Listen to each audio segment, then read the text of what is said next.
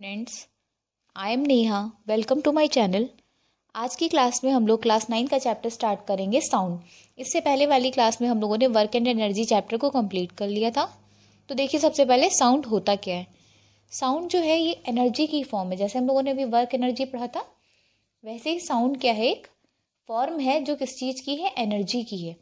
और इसकी ये हमें सेंसेशन ऑफ हियरिंग होता है। मतलब सेंसेशन ऑफ हियरिंग का सेंस ये है कि कोई भी चीज़ जब हमें सुनाई देती है तो हम लोग कहते हैं कि इसमें क्या है, साउंड है। ठीक है, तो अगर आपसे साउंड की डेफिनेशन पूछी जाए तो आप क्या कहेंगे? It is the form of energy. The heading आप डाल सकते हैं यहाँ पे, sound. It is the form of energy which produces sensation of hearing. ठीक है, एनर्जी की वो फॉर्म जिसकी वजह से हमें कोई चीज़ सुनाई दे। Which produces sensation of hearing is known as sound. तो ये नॉर्मल साउंड की डेफिनेशन हो गई। Sensation of hearing is known as sound. ठीक है, अब आप सोच रहे होंगे कि साउंड प्रोड्यूस किस तरीके से होता है। ये तो हमने देख लिया कि सेंसेशन ऑफ हियरिंग जो होता है वो साउंड होता है, बट ये साउंड किस तरीके से प्रोड्यूस होता है, ये अगर आपसे पूछा जाए तो आप क्या बताएंगे? मान लेते हैं कोई भी बॉडी है, अगर वो बॉडी जब वाइब्रेट करती है, वाइब्रेट करने का सेंस ये है कि वो अपनी मीन पोजीशन, मान लो ये मीन पोजीशन है उसकी, वो इसके आगे पीछे मूव करना स्टार्ट कर दे। ठीक है, तो हम क्या कहेंगे, जब ये बॉडी किस में है, वाइब्रेशंस में है। अगर कोई भी बॉडी अपनी मीन पोजीशन के अबाउट आगे पीछे मूव करना, आगे पीछे means to and fro motion करने लगे, तो हम कहेंगे उस बॉडी के अंदर क्या है, वाइब्रेशंस हैं। और जब किसी भी बॉडी में वाइब्रेशंस प्रोड्यूस होते हैं तो हमें साउंड सुनाई देता है। ठीक है, तो आपसे अगर पूछा जाए कि साउंड किस तरीके से प्रोड्यूस होता है, तो आप ये बताएंगे कि जब भी कोई बॉडी वाइब्रेट करती है, वाइब्रेट करने का सेंस क्या है कि कोई भी बॉडी मीन पोजिशन के टू एंड फ्रो मोशन करती है तो उसमें वाइब्रेशंस प्रोड्यूस होते हैं और उन वाइब्रेशन से हमें साउंड सुनाई देता है। ठीक है, तो यहाँ पे एक लाइन लिख सकते हैं आप। प्रोडक्शन ऑफ साउंड पूछा जाए तो आप क्या बताएंगे? साउंड इज प्रोड्यूस्ड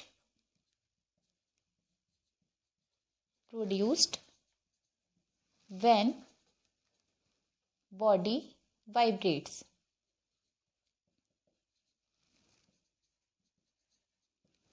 ठीक है, या यहाँ लिख सकते हैं कि साउंड इज प्रोड्यूस्ड बाय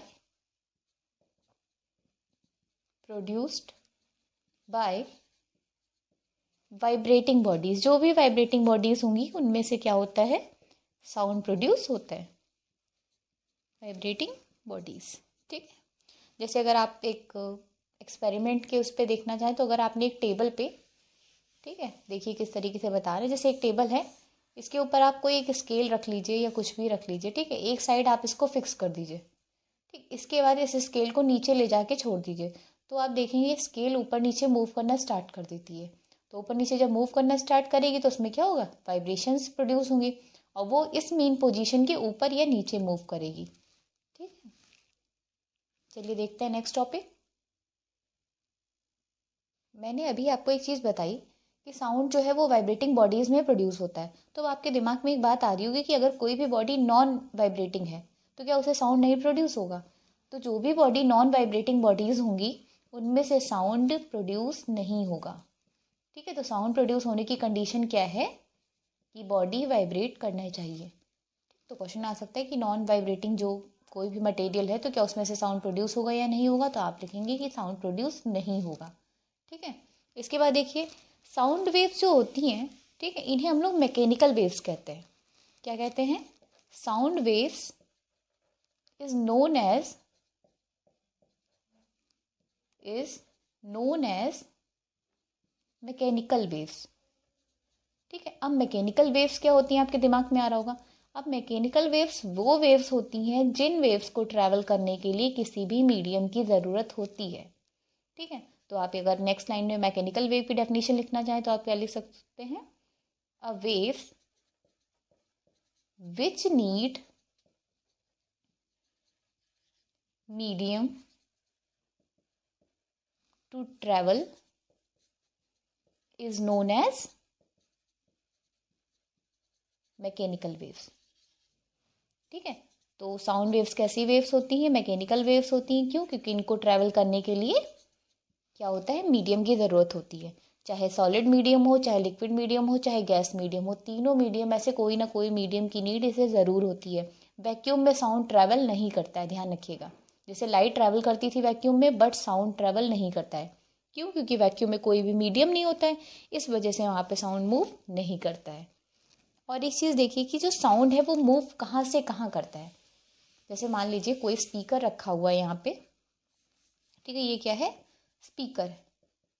और यहाँ पे कुछ लोग खड़े, ठीक है, इस जगह पे। तो साउंड जो है वो सोर्स से कहाँ तक मूव करता है? ये सोर्स हो गया, यहाँ से साउंड प्रोड्यूस हो रहा है। और यहाँ पे क्या है? लिसनर खड़ा है, कोई सुनने वाला खड़ा है। तो साउंड हमेशा कहाँ से मूव करता है? सोर्स से लिसनर की तरफ मूव करता है। ठीक है, तो साउंड की डायरेक्शन आप ध्यान रखिएगा कि sound moves through a medium from a point of generation to the point of listener. ठीक है, आप यहाँ पे लिख लीजिए, sound moves through a medium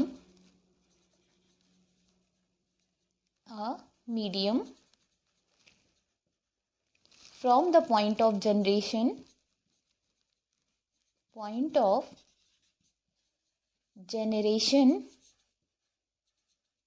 to the point of listener to the listener लिख लीजिए। ठीक है, तो हमेशा ध्यान रखिएगा कि कहाँ से कहाँ मूव करता है sound.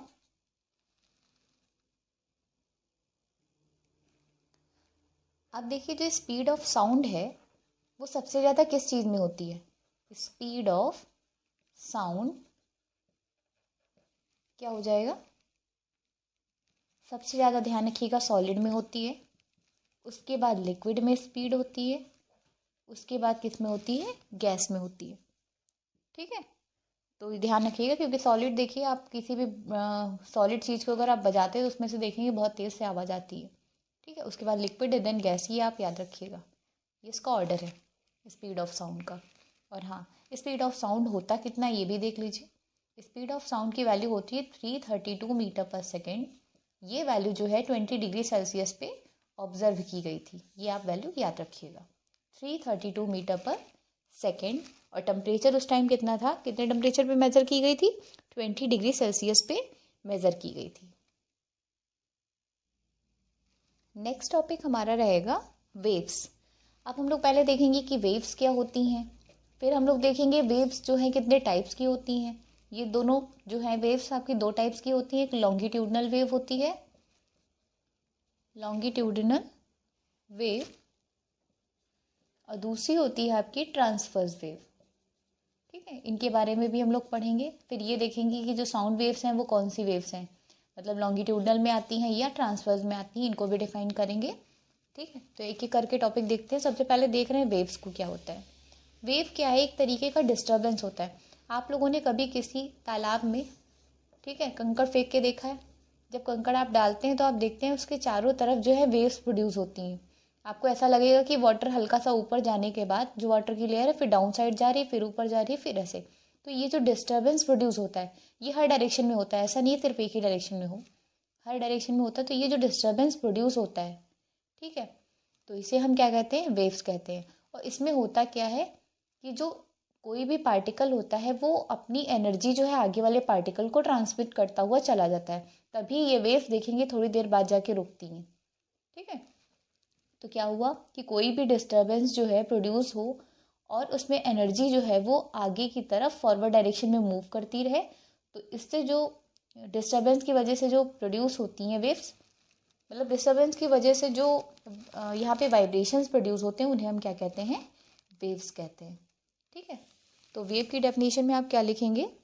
A wave is a disturbance, a wave is a disturbance. कभी भी अगर आपने किसी भी तालाब में कोई कंकड़ फेंका होगा तो आप समझ पा रहे होंगे कि मैं आपसे क्या कहना चाह रही हूँ। A wave is a disturbance that moves through a medium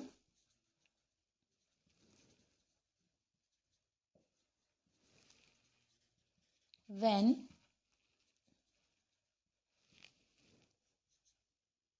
particles of the medium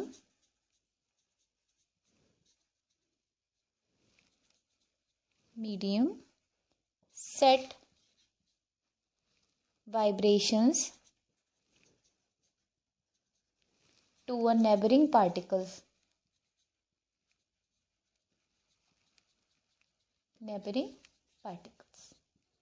ठीक, अभी जैसे मैंने आपको क्या बताया था कि पर्टिकुलर हमने किसी एक पॉइंट पे कंकड़ को फेंका है, मगर आप देखेंगे वाइब्रेशंस पूरे पानी में जो है क्या होते हैं, स्टार्ट हो जाते हैं फैलना। तो होता क्या है कि ये जो पार्टिकल है ये अपने पड़ोस वाले पार्टिकल को मोशन में ले आता है। ठीक, ये वाला पार्टिकल अगले वाले पार्टिकल को मोशन में ले आता है। इस तरीके से क्या होता है, एनर्जी ट्रांसमिट करता रहता है और सारे पार्टिकल जो हैं वो मोशन में आ जाते हैं और एक डिस्टर्बेंस प्रोड्यूस होता है जिसे हम क्या कहते हैं, वेव्स कहते हैं। आप देखिए कैरेक्टरिस्टिक ऑफ वेव क्या होती हैं। जैसे मैंने वेव मोशन बताया तो उसकी कैरेक्टरिस्टिक भी देख लेते हैं क्या होती है। Characteristics of wave motion. तो सबसे पहली चीज़ तो ये हो गई, जो वेव मोशन होता है, ठीक है, जो वेव का मोशन होता है वो कैसा होता है, पीरियोडिक होता है। तो यहाँ पे आप क्या लिखेंगे, wave motion is a periodic disturbance. Periodic disturbance, ठीक है, पहला पॉइंट तो ये हो गया। दूसरे में क्या होगा कि जो वेव होती हैं, जब वेव प्रोड्यूस होती हैं तो मीडियम के पार्टिकल ट्रेवल नहीं करते। ऐसा नहीं होता कि इस जगह का पार्टिकल उठ के आगे चला गया, बल्कि ये अपनी एनर्जी को ट्रांसमिट करता है दूसरे को। इस पार्टिकल ने अपनी एनर्जी दूसरे वाले को दे दी, ठीक, बट ये उठ के खुद नहीं गया यहाँ पे। तो इसमें सबसे दूसरी चीज़ क्या हो जाएगी, in wave motion particles of the medium, particles of the medium do not move,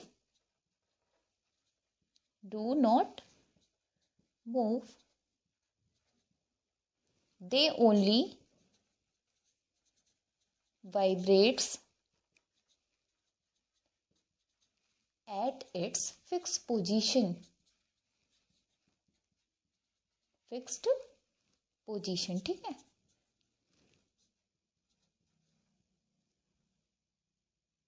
दो पॉइंट आपके ये हो गए। तीसरा पॉइंट आप ये लिख सकते हैं कि पार्टिकल्स जो हैं वो अपनी एनर्जी सारी डायरेक्शंस में क्या करते हैं, इक्वली ट्रांसमिट करते हैं। डिस्टर्बेंस की स्पेलिंग सही कर लीजिएगा।